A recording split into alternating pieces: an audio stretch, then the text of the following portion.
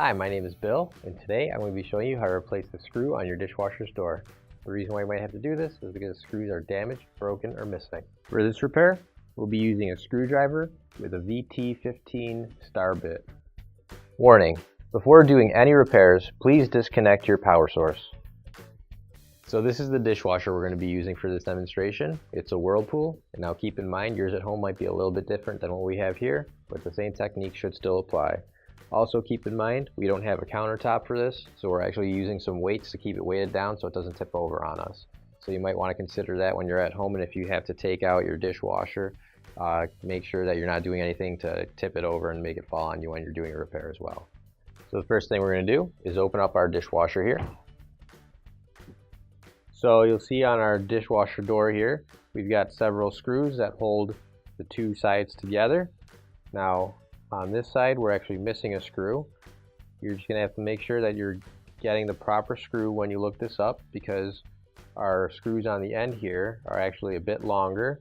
So you'll want to make sure that you're getting the right part number, because these are actually, they have the same head and everything, it's just a different length. So now, grab your new OEM replacement screw, and if you don't have one already, you can find it on our online store. So now we're going to be using a special bit on this. It's a VT15.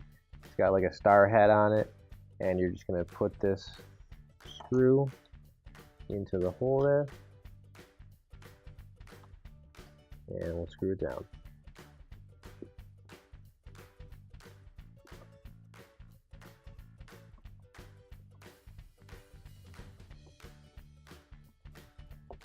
There we go. Now the screw is nice and tight. Close up the door, and your repair is complete. So there's two windmills in the field standing next to each other. One asks the other, "What kind of music do you like?"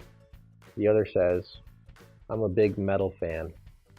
Finally, don't forget to plug in your appliance. If you need to replace any parts for your appliances, you can find an OEM replacement part on our website, PCApplianceRepair.com. Thanks for watching, and please don't forget to like, comment, and share our video. Also, don't forget to subscribe to our channel. Your support helps us make more videos just like these for you to watch for free.